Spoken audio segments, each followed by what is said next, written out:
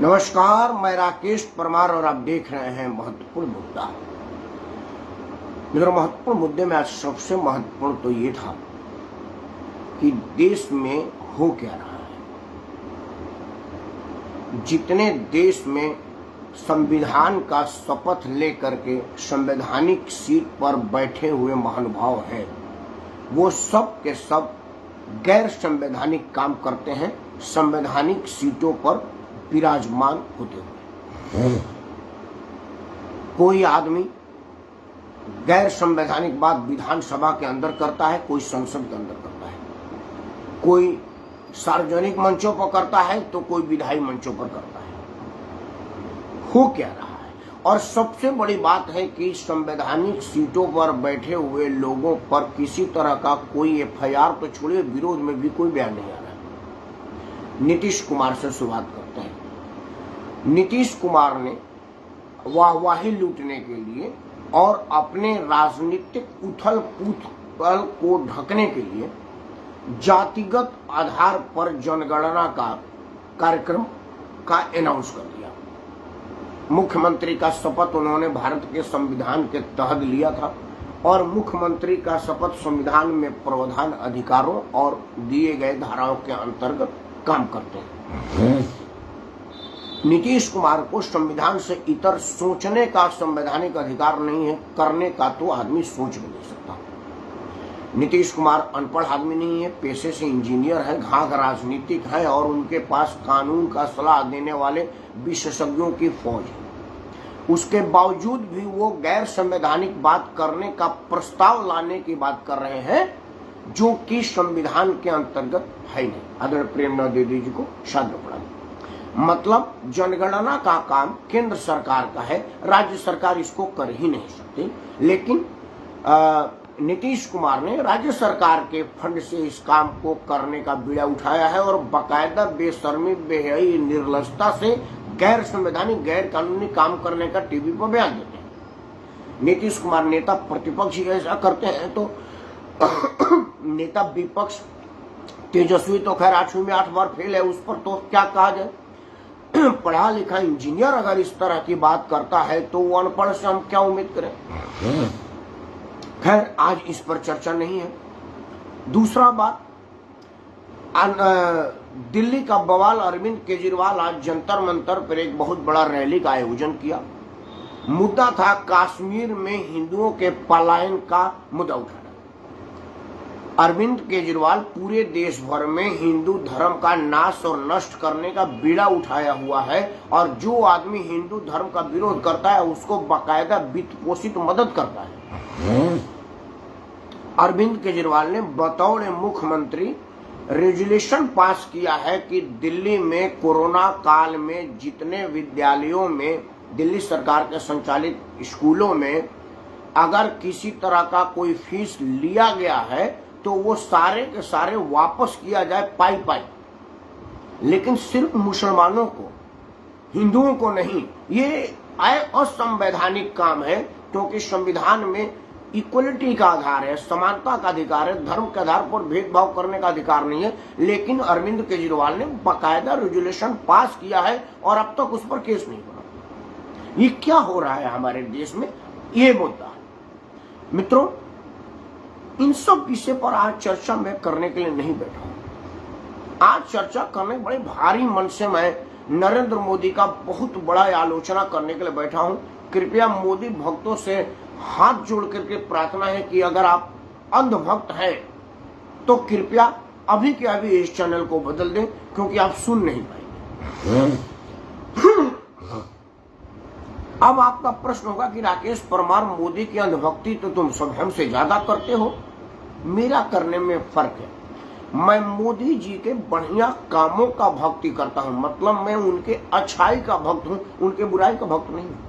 अगर नरेंद्र मोदी कोई बढ़िया काम करते हैं मैं उसका गुणगान करता हूं, उसको इंडोर्स करता हूं। लेकिन अगर मोदी कोई बुरा काम करते हैं तो मैं उसके बुराई की वजह देखता हूं।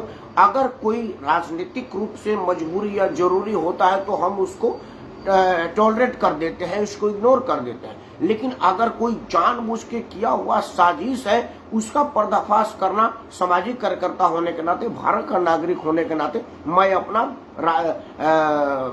धर्म, नागरिक धर्म मानता हूं, उसी का मैं पालन करने जा रहा हूं। मित्रों, बात करने से पहले हेडिंग में मैंने दिया है कि गंगाधर ही शक्तिमान है, तो मैं एक फिल्म से ही शुरू करते हैं। मित्रों, एक बहुत शानदार कलाकार हैं, ईश्वर उनको लंबी आयु दे। कांग्रेस से सांसद भी हुआ करते थे, बड़े चमकीले चटकीले और जंपिंग जैक के तरह से, नाम था गोविंदा। गोविंदा का एक फिल्म आया था गैम्बलर। गैम्बलर में गोविंदा एक गप मारने वाला पुलिस अफसर है, मतलब अंदर से बड़ा डरपोक फट्टू टाइप का आदमी है, लेकिन अपने लोगों के सामने बड़ी बड़ी डींगे हाँकता है। इसी डींग हाँकने में उससे कुछ काम अनजाने में हो जाता है, जिससे उसकी वाहवाही होती है। उसको फोन आता है कि एक बहुत बड़ा गुंडा फलाने होटल में है, तो वो कह रहा है कि उस होटल के बढ़िया बगल वाले होटल में किसी ऐसे आदमी को पकड़ लेंगे और वाहवाही लूटेंगे। अंत में पता चलता है कि असल में वही आदमी था जिसको वो धोखे में पकड़ लिया और उसकी वाहवाही हो रही है। कुछ ऐसा ही तो नहीं नरेंद्र मोदी के साथ किया जा रहा है, क्योंकि हमारे गांव देहात में कहावत है कि थोर कहले गांधी जी, ढेर कहले श्लोकावा। वो मैं इसलिए कह रहा हूं कि आज नरेंद्र मोदी की पार्टी, भारतीय जनता पार्टी ने नूपुर शर्मा को रेस्टिगेट कर दिया, निलंबित कर दिया। मित्रों, नूपुर शर्मा ने जो कहा है, जो बयान दिया है, मैं उसको इंडोर्स नहीं कर रहा, ना ही नूपुर शर्मा के किसी भी धर्म के विरुद्ध कहे गए बातों का मैं समर्थन करता हूं। लेकिन मैं अगर नूपुर शर्मा के बात का समर्थन नहीं करता तो अकबरुद्दीन ओवैसी के बात का भी समर्थन नहीं करता। वो एक शैतान कायनात जो है, वो ये सीधा पुलिस के मौजूदगी में कह रहा है कि क्राइम मास्टर गोगो नाम है मेरा, आंखें निकाल करके गोटियां खेलूंगा, शक्ति कपूर का डायलॉग मार रहे हैं। पुलिस वहां नपुंसक की तरह से खड़ी है। वो तो राजस्थान की पुलिस है, कांग्रेस का सरकार है और मुसलमान के विरुद्ध नहीं सोच सकता। तो नरेंद्र मोदी का धारा 365 कहां गया, 356 कहां गया, 353 कहां गया, 354 कहां गया? उन सबों का अधिकार क्यों नहीं इस्तेमाल होता है? संविधान का खुला उल्लंघन हो रहा है, पुलिस के मौजूदगी में एक आदमी सीधा आतंकी बात कर रहा है, मैं उसका भी तो समर्थन नहीं करूंगा। भारत के सर्वोच्च न्यायालय के सर्वोच्च निर्णय से एक न्यायालय का फैसला आया कि मर्यादा पुरुषोत्तम भगवान राजा राम का पावन पवित्र जन्मभूमि अयोध्या है और वहां पर एक भव्य राम मंदिर निर्माण होना चाहिए। ये संविधान प्रदत्त अधिकारों की तरफ से सर्वोच्च न्यायालय के सर्वोच्च जज के सर्वोच्च बेंच ने फैसला दिया। उसको संविधान का शपथ लिया हुआ कानून का ज्ञाता संसद सदस्य अकबरुद्दीन ओवैसी सारे मंचों पर कहता है कि वो बाबरी मस्जिद थी, बाबर मस्जिद है और बाबरी मस्जिद ही रहेगी। जिस दिन मैं शक्ति में आऊंगा हम उसको वापस ले लेंगे। मतलब हमारे राम मंदिर को तोड़ करके बाबरी मस्जिद बनाने की बात वो कह रहा है और मैं उसका भी तो समर्थन नहीं कर सकता। मैं उसका भी तो समर्थन नहीं कर सकता जो कमलेश तिवारी का गला रेत करके उसके घर से चला गया और अब तक उसका कहीं कोई पता ठिकाना नहीं लगा। मैं उसका भी तो समर्थन नहीं कर सकता।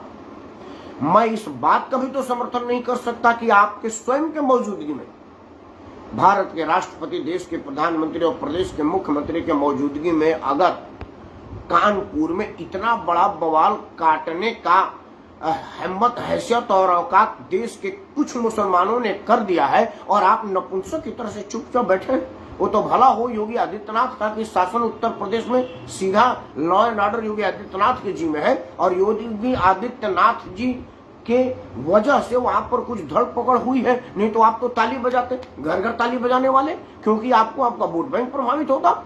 रुद्र प्रताप ने कुछ लिखा है, मैं चाहता हूं कि उनकी बात पढ़ दूं। रुद्र प्रताप ने लिखा है, पहले ऊपर वाला पढ़ो। बहुत सुंदर। आपने मान लिया कि मोदी जी को बस का कुछ नहीं है, केवल फेंकते हैं। आपकी परिस्थिति में भाजपा हिंदुओं के सबसे बड़ी दुश्मन पार्टी है। रुद्र प्रताप, मैंने ये नहीं माना कि नरेंद्र मोदी फेंकते हैं, ये आपका शब्द है। मैंने कहा कि वो नरेंद्र मोदी का अगर कोई बढ़िया काम है, धारा 370 हटाना, 35 से हटाना, मैं उसका समर्थन करता हूँ। आतंकवाद के विरुद्ध मुंह तोड़ जवाब देना, मैं उसका समर्थन करता हूँ। पाकिस्तान के एक गोली के बदले गोली ना गिनने की फरमान जारी करना, मैं उसका समर्थन करता हूं। देश दुनिया में भारत के पासपोर्ट का मान बढ़ाना, मैं उसका समर्थन करता हूं।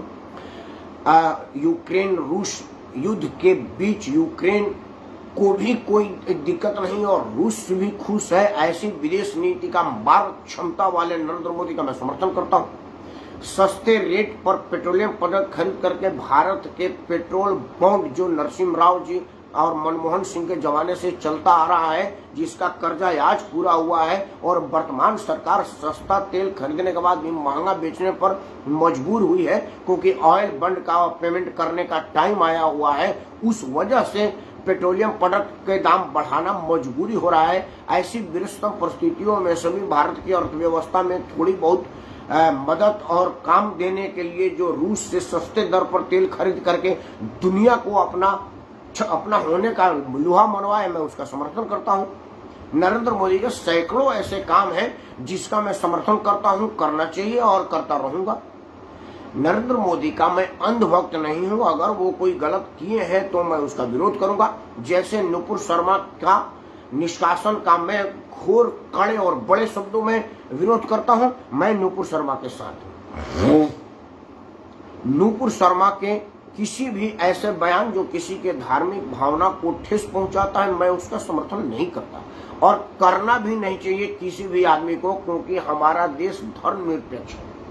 लेकिन धर्मनिरपेक्ष का मतलब है कि सारे धार्मिक भावनाओं को भड़काने वाले बातों का भी उतना ही विरोध करना चाहिए जो आदमी सत्य सनातन का विरोध करता है। मुझे बड़ा अफसोस है कि नरेंद्र मोदी के वर्तमान सरकार का केंद्र में पुलिस है और देश के बहुत सारे भागों में उसी की फोर्स है, तब भी ज्ञान वापी मस्जिद परिसर में भगवान शिव के पवित्र शिवलिंग मिलने के बाद भी अब तक आप नपुंसक की तरह से चुपचाप खड़े हैं ताकि आपका वोट बैंक न प्रभावित हो जाए।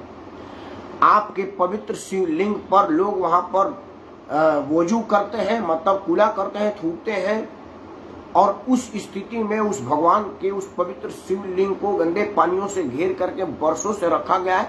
अब जब आपको पता चल गया उसके बाद भी आप चुपचाप हैं, मैं उसका विरोध करता हूं। मैं उस बात का विरोध करता हूं कि पूरा 20% जमात ये कह रहा है कि वो फव्वारा है और हमारा 80% जमात में से 80% लोग ये कह रहे हैं कि फव्वारा है। मैं इस बात का विरोध कर रहा हूँ। मैं इस बात का विरोध कर रहा हूँ कि अगर आपको नुपुर शर्मा का बयान इतना बुरा लगा कि आप उसको पार्टी से निष्कासित कर लेंगे, तो उन लोगों के प्रति आपका क्या सोच है जो लोग भगवान शिव के पवित्र शिवलिंग और दिल्ली के सड़कों पर बनने वाले वो खंभों को शिवलिंग का जैसे कहने का जहीन पाप कर रहे हैं, उस पर आप क्या सोच रहे हैं, मैं उसका विरोध कर रहा हूं। मैं इस विषय पर आपका राय जानूंगा। आजकल एक मुहिम चली हुई है और 90% सिरफिरे और नपुंसक हिंदुओं ने लीची को आधा काट कर कह रहे हैं कि मैं भी शिवलिंग पा गया। सड़क पर बने हुए स्पीडो शाइनर को कह रहे हैं कि शिवलिंग पा गया। भाभा मेटरनिक सेंटर के उस सेंटर को कह रहे हैं कि इसके बिना खुदाई हो जाए, ये शिवलिंग मिल गया है। उसके बाद भी उन लोगों का विरुद्ध किसी तरह का कोई FIR दर्ज नहीं हुआ। मैं इस बात का विरोध कर रहा हूं। इसलिए मेरा और आपके विरोध में अंतर है। आपका विरोध अपना राजनीतिक विरोध है और मेरा मुद्दे का विरोध है, विरोध करने वाले बात का विरोध है। रुद्र प्रताप ने दोबारा मार्गदर्शन दिया है। आपने कहा कि मेरे भाई आप भाजपा के नेताओं के ऊपर वजू कीजिए और इनको वोट दीजिए। रुद्र प्रताप रघुवंशी, आप एक बात जान लीजिए कि मैंने आज तक भारतीय जनता पार्टी को वोट नहीं दिया। पहले जान लीजिए, मैंने वोट सबसे पहली बार फूल के निशान के आगे लगाया, वो थे नाम पढ़ा मैंने, वो लिखा था भरत सिंह। मैंने भरत सिंह को वोट दिया था, लेकिन भरत सिंह के नाम के आगे चुनाव निशान कमल का फूल था, तो वो भूल से फूल दबा, मैंने भरत सिंह को वोट दिया था, भाजपा को नहीं। दूसरा बार जो मैंने वोट दिया था वो सुरेंद्रनाथ सिंह को दिया था। सुरेंद्रनाथ सिंह के नाम के आगे पढ़ा तो वो कमल का फूल था, वो भूल से फूल दबा, मैंने फूल को बटन नहीं दिया। मैं भाजपा का पेट वोटर नहीं हूं, ना ही उनका पेट कार्यकर्ता हूं। मैं विधायक और संसद का कार्यकर्ता हूं। जो विधानसभा में मुझे सर्वोत्तम लगता है मैं उसको वोट देता हूं। अब की बार भारतीय जनता पार्टी ने सुरेंद्र सिंह का टिकट नहीं दिया, मैंने भारतीय जनता पार्टी को वोट नहीं दिया और इस बात का सार्वजनिक फेसबुक पर मंचन किया। कहा, आप मेरे फेसबुक लाइव को उस वक्त भी देखे थे, मैंने कहा कि मैं am not going to cast BJP. मैंने कहा था कि मैं बीजेपी का वोटर नहीं हूं। मेरे को ड्रिल मत करिए, मामले को सुनिए। तो मित्रों, मैं इस बात का भी तो विरोध करूंगा। अगर नुपुर शर्मा का विरोध किया जाएगा तो इन सब बातों का विरोध किया जाएगा। लेकिन मुझे बड़ा अफसोस है कि नरेंद्र मोदी की सरकार इन सबों पर कोई एक्शन नहीं लेती। मेरे घर से 1 किलोमीटर दूर महीनों तक 3 राज्य को गिरवी रख कर बंधक बनाकर रख लिया गया था। दिल्ली, हरियाणा और उत्तर प्रदेश के मेन तिराहे पर महीनों तक CIA के अगेंस्ट प्रदर्शन हो रहा था और आपकी नपुंसकता ने एक गोली चलाने, एक लठ चलाने का भी इजाजत नहीं दिया और आराम से वहां पर बिरयानी खा रहे थे। वहां से भीड़ इसलिए हटी कि कोरोना का प्रकोप आया और कोरोना के डर से वो भागे, क्योंकि बिरयानी देने वाले हट गए थे, क्योंकि वो अपने कोरोना के डर से आते नहीं, बिरयानी वाले नहीं आए, इस वजह से वहां पर खाने वाले भी नहीं आए। तो रुद्र प्रताप, मैं भारतीय जनता पार्टी का ना तो समर्थक हूं ना वोटर हूं। भारतीय जनता पार्टी का अगर कोई बढ़िया काम है मैं उसका समर्थन करता हूं। नरेंद्र मोदी के सैकड़ों ऐसे काम है जिसका मैं तारीफ करता हूं और करूंगा। लेकिन नुपुर शर्मा का निष्कासन पर मैं भारतीय जनता पार्टी का विरोध कर रहा हूं। और आज के तारीख में बरगलाने के लिए आप कह सकते हैं कि JP नड्डा भाजपा के अध्यक्ष हैं, नरेंद्र मोदी तो देश के अध्यक्ष हैं। ऐसी गलतफहमी में मैं नहीं हूं, क्योंकि ये मैं जरूर मानता हूं सामाजिक कार्यकर्ता होने के नाते, चीजों को समझने की थोड़ी बहुत सलाहियत होने के नाते, कि भारतीय जनता पार्टी मतलब नरेंद्र मोदी और नरेंद्र मोदी मतलब भारतीय जनता पार्टी। ये अलग बात है कि इंदिरा जी के जमाने में कहा जाता था कि India is Indira, Indira is India. आज यहाँ कोई इतनी बड़ी चमचागिरी करने की साहस दुसाहस नहीं करता, क्योंकि भाजपा में ओपन चमचागिरी नहीं की जाती है। दबे चमचागिरी तो भाजपा में कांग्रेस से भी ज्यादा है। मित्रों, भारतीय जनता पार्टी को एक बात के लिए स्पष्टीकरण देना पड़ेगा। मैं स्वयं भुक्तभोगी हूं, आप सबको पता नहीं होगा, मैं बता देता हूं। उत्तर प्रदेश में अभी जो परिवहन मंत्री स्वतंत्र प्रभार हैं श्री दयाशंकर सिंह जी, वो मेरे रिश्तेदार हैं। दयाशंकर सिंह जी के आदरणीय मामा परम श्रद्धेय मैनेजर सिंह जी, जो दोआबा के विधायक हुआ करते थे, मेरा विधानसभा जिसका नाम अब बैरिया हो गया है परिवर्तित होकर, तो दोआबा में जब से वो चुनाव लड़ना शुरू किया और जब तक उनका अंतिम सांस चला, वो विधानसभा में लगातार एक इंटरवल के बाद विधायक रहे। मतलब मैनेजर सिंह जी को शिकस्त भरत सिंह नहीं दिया था। मैनेजर सिंह जब तक जिए अपने दम पर, अपने शक्ति पर राजनीति किए और वो एक बड़े ही प्रखर नेता थे। मुझे याद है कि उनके देहांत के बाद भीड़ को देख करके श्रद्धेय चंद्रशेखर जी ने कहा कि ये बुलाई भीड़ नहीं है, ये ठाकुर साहब का श्रद्धा की भीड़ है। काश ऐसा भीड़ हम जैसों को भी नसीब हो पाता। ये भारत के तब के प्रधानमंत्री थे चंद्रशेखर जी, जिस वक्त मैनेजर सिंह का देहांत हुआ था। ये प्रधानमंत्री के रूप में बोला गया बयान थे कि वो इसलिए मैं सुना कि मैं स्वयं था, क्योंकि मैं भी दिल्ली में था और तत्काल टिकट की व्यवस्था नहीं थी। मरने की सूचना के बाद 2 घंटे में पहुंचने की शक्ति नहीं थी मेरे पास, इसलिए प्रधानमंत्री के काफिले के साथ जाना पड़ा, क्योंकि उनका जहाज था, उसके बाद आगे उनका हेलीकॉप्टर था, तभी मैं पहुंच पाता। और मैं पहुंचा कर उनको पता था कि मैं उनका रिश्तेदार हूँ। उसी मैनेजर सिंह के भांजे हैं दयाशंकर, और मैनेजर सिंह के भांजा होने की वजह से ही दयाशंकर की राजनीति करने का मौका मिला और वर्चस्व कायम हुआ। भारतीय जनता पार्टी के उपाध्यक्ष पहुंचे, आज मंत्री हैं। उन्हीं के नाम पर आप ही के गांव की स्वाति सिंह मंत्री बनी थी, वो दयाशंकर के पत्नी के रूप में मंत्री बनी थी। स्वाति का राजनीति में पहले भी कोई योगदान नहीं था, अब भी कोई नहीं है। ये वही दयाशंकर सिंह है जिसको भारतीय जनता पार्टी ने मायावती के एक शब्द विरुद्ध बोलने की वजह से जैसे ही बवाल हुआ पार्टी से निकाल दिया, और जब बवाल खत्म हुआ तो आज मंत्री बनाए हुए। मैं इस दोहरी सोच, दोहरी राजनीति का विरोध करता हूं कि आप अपने कार्यकर्ताओं का मनोबल तोड़ रहे हैं। आज एक टीवी डिबेट में था, वो टेलीकास्ट नहीं हुआ क्योंकि वो पहले ही बवाल हो गया, मैं भी उसमें था। सीधा एक मौलाना कहा कि कैसे हो भाई, चौड़ा होकर के बोल रहे हो। देखा, एक शब्द बोलने के बाद हटा दी गई। ऐसा ना हो कि नोएडा से दिल्ली पहुंचने में रास्ते में रोक दिए जाओ। कितना बड़ा शब्द उसने कहा। अगर टेलीकास्ट हो जाता तो बवाल हो जाता, तो वहां पर वो टेलीकास्ट ही खत्म हो गया, मुद्दा ही बदल दिया गया। आज वो मुंह चिढ़ा रहे हैं कि हम सरकारी दामाद हैं, सरकार हमारा कुछ नहीं कर सकती, सरकार भाजपा की हुई है, कांग्रेस की। कांग्रेस के लिए भाजपा ओपन बदनाम करती है कि मुस्लिम कांग्रेस परस्त है, जबकि सच्चाई है कि भारतीय जनता पार्टी ही असली मुस्लिम परस्त है। मतलब गंगाधर ही शक्तिमान है, ये समझने वाली बात है। ये अब समझ में दिक्कत नहीं है। उसका 2-3 उदाहरण देता हूं। नरेंद्र मोदी जब बहुमत में आए 2014 के बाद, तो ST आयोग के प्रावधान को और ज्यादा मजबूत करने में उन्होंने बहुमत का सहारा लिया, पार्लियामेंट का सहारा लिया, क्योंकि लोकसभा में उनको बहुमत थी। लेकिन राम मंदिर को कोर्ट के सहारे छोड़ दिया। भगवान राम का निर्णय कोर्ट लेगा, लेकिन राजनीतिक माइलेज 365 से मिलेगी तो वो हम लेंगे। नरेंद्र मोदी की सरकार, भारतीय जनता पार्टी की सरकार सबसे पहले आई अटल बिहारी वाजपेयी के नेतृत्व में, तो मुसलमानों को हज जाने में सब्सिडी और टिकट मिलने का प्रावधान हुआ। ये अटल बिहारी वाजपेयी के ज़माने से ही हुआ। ये अटल बिहारी वाजपेयी के ज़माने से ही हज भवन बनाने के लिए सरकारी अनुदान मिलना शुरू हुआ, लेकिन मंदिर बनाने के लिए कोई पैसा नहीं लिया जाता।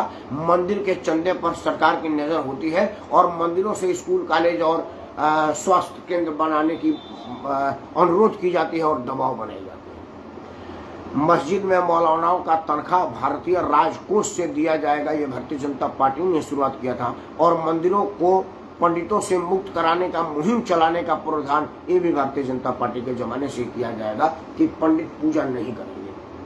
पंडितवाद का घोर विरोध अगर कोई सबसे पहले ओपन करता है तो भारतीय जनता पार्टी के जमाने से है। ये कह करके शगुफा कि हर धर्म, हर जात के लोगों को मंदिर में जाने, पूजा करने और पूजा कराने का अधिकार है।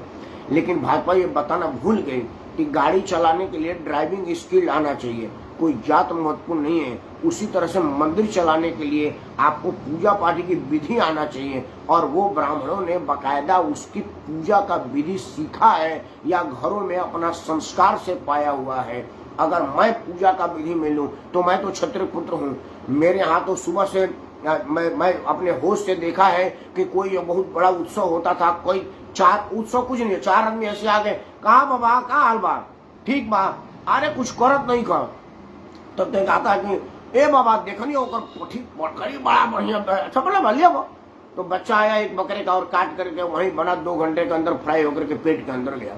तो मैं तो बचपने से वही देखता आ रहा हूँ। अगर मैं किसी मठ का मठाधीश हो भी जाऊंगा तो जैसे किसी मेमने को देखूंगा मेरा जीव लपलपाने लगेगा, क्या हाँ यार ये तो एकदम तैयार माल है, काटो साले को।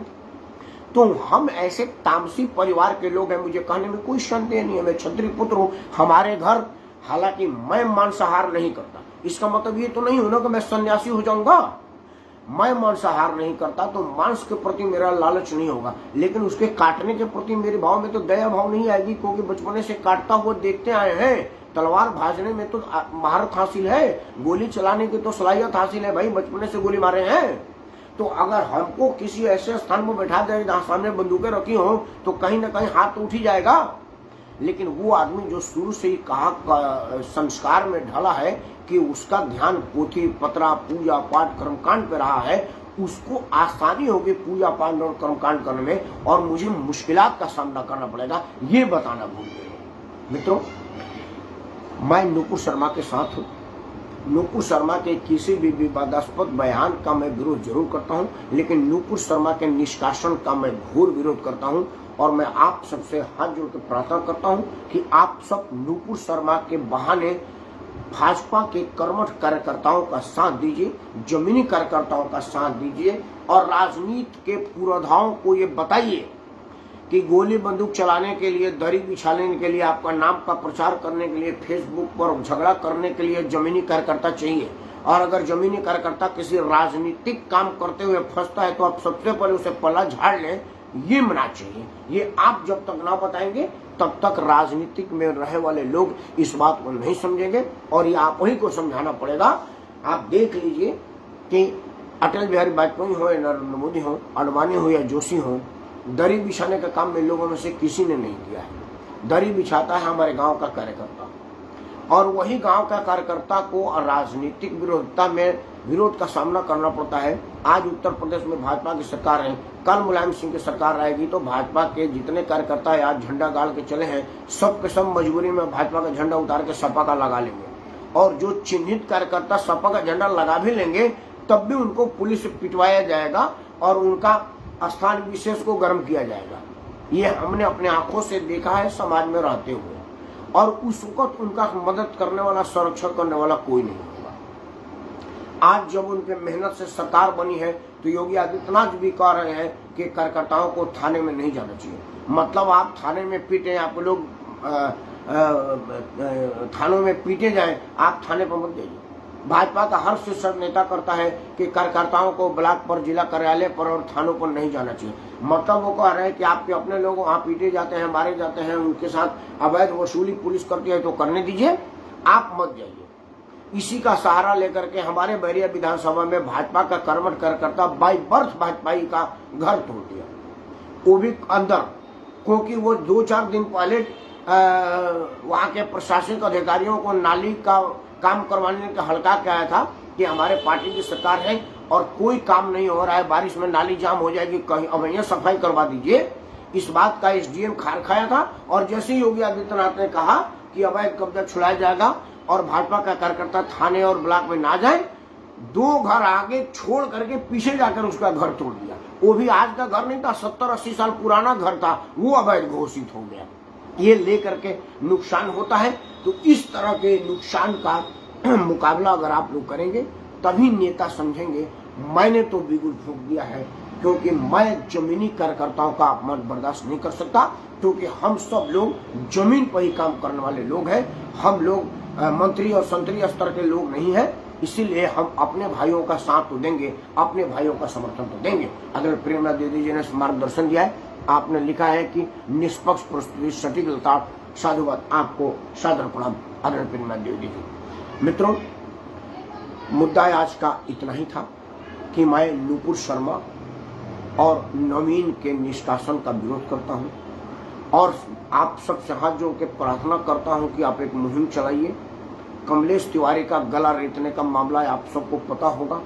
कमलेश तिवारी की गला रेत दी गई, उत्तर प्रदेश सरकार और केंद्र सरकार हाथ पर हाथ धरे बैठी रही, कमलेश तिवारी को न्याय नहीं मिला।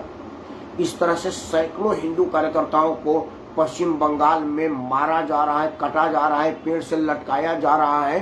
किसी की हिम्मत हैसियत औकात नहीं होती कि वहां पर बोल दे। भाजपा कार्यकर्ताओं का दमन कितना और कैसा है कि चुना हुआ संसद सदस्य अर्जुन सिंह अपने संसदीय की परवाह किए बगैर भारतीय जनता पार्टी को छोड़ करके तृणमूल ज्वाइन कर लेते हैं और भाजपा का शीर्ष नेतृत्व कुछ नहीं कर पाता। वहाँ के चुने हुए विधायक टीएमसी ज्वाइन कर लेते हैं और पार्टी के घोषित कार्यकर्ता सार्वजनिक डुगडुगी बजा करके अपने आप को टीएमसी कहते हुए ममता बनर्जी के घर पर जा करके धरना देते हैं कि दीदी आज से हम आप ही की चरण वंदना करेंगे, हम भाजपा में नहीं जाएंगे। तब भी आम माफी उनको नहीं मिलती है। फिर भी भाजपा के कार्यकर्ता की इस दुर्दिन पर केंद्र का नेतृत्व कुछ नहीं करता है। मैंने अपने वीडियो में कहा था कि शत्रुघ्न सिन्हा की विजय पर अगर लोगों को लग रहा होगा कि वो ममता और शत्रुघ्न के नाम पर विजय है तो आप गलतफहमी में है, क्योंकि आसनसोल की जमीनी हकीकत जानता हूं, क्योंकि वहां 90% पूर्वांचली लोग रहते हैं और 90% में से बहुत % लोगों से सीधा फोन पर, व्हाट्सएप पर, फेसबुक पर और आ जा करके हमारा सामना और साक्षात्कार होता रहता है। उन लोगों ने कहा कि 500-550 का घोषित बूथ कार्यकर्ता डर के मारे नहीं गए और हजारों ऐसे कार्यकर्ता जिन्होंने बूथ एजेंट बनने का हिमाकत किया, उनको एक दिन पहले पुलिस उठा ले गई। और शत्रुघ्न सिन्हा के मतदान के दिले इक्का दुक्का मतदान पर अपने ही लोगों को भाजपा कार्यकर्ता बना करके खड़ा किया गया, क्योंकि अगर किसी भी बूथ पर कोई पार्टी का एजेंट नहीं होगा तो बूथ कैंसिल कर दिया जाएगा। तो कैंसिल ना हो इस डर से डमी भाजपा का कैंडिडेट का वो एजेंट खड़ा किया गया ताकि बूथ कैंसिल ना हो। तब भी कोई कुछ नहीं करा। मैं अपने इन जमीनी कार्यकर्ताओं का समर्थन में आज आया हूं। मेरा भाजपा से विरोध नहीं है, भाजपा की इस नीति से विरोध है जो अपने कार्यकर्ताओं का मुसीबत में हाथ छोड़ देते हैं। कमलेश तिवारी वाली हंस नुपुर शर्मा का ना हो, आज ही मैं आगाह कर रहा हूं और आगे भी इस तरह की बेइज्जती किसी को ना हो। सुधर जाए, संभल जाए, क्योंकि आपको सीट इन्हीं जमीनी कार्यकर्ताओं की वजह से मिली है। और अगर आप एकदम धर्मनिरपेक्ष हैं तो उस मौलाना की आंखें निकाल करके गोटियां खेलिए और टीवी पर चलाइए, जिसने पुलिस की मौजूदगी में कहा है कि आंखें उठाओगे तो आंख निकाल ली जाएगी, हाथ उठाओगे तो हाथ काट दी जाएगी, जबान हिलाओगे तो जबान काट ली जाएगी। लेकिन अब तक उसका कुछ भी नहीं हुआ। तो अगर आपका मर्दानगी सिर्फ हिंदुओं पर है तो ये हिंदू लोग हैं। मुलायम सिंह को औकात बता दिया, राजीव गांधी को बता दिया, आप किस खेत के लोग हैं। आपका हंस इन लोगों की तरफ से ना हो, क्योंकि देश को आपकी जरूरत है।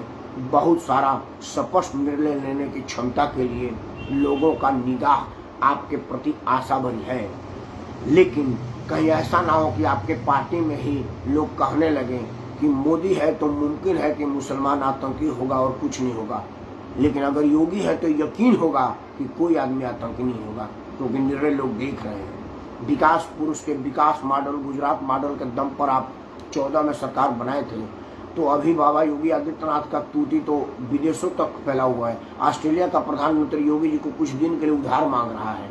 ऐसा ना हो देश के लोग उनको परमानेंट मांग ले। संभल जाइए, क्योंकि प्रतिद्वंदिता अब आपके और योगी जी में रहा ही नहीं। जनता पहचान चुके आपको भी और योगी को भी। जय हिंद, वंदे मातरम, भारत माता की जय, और आपको सद्बुद्धि आए।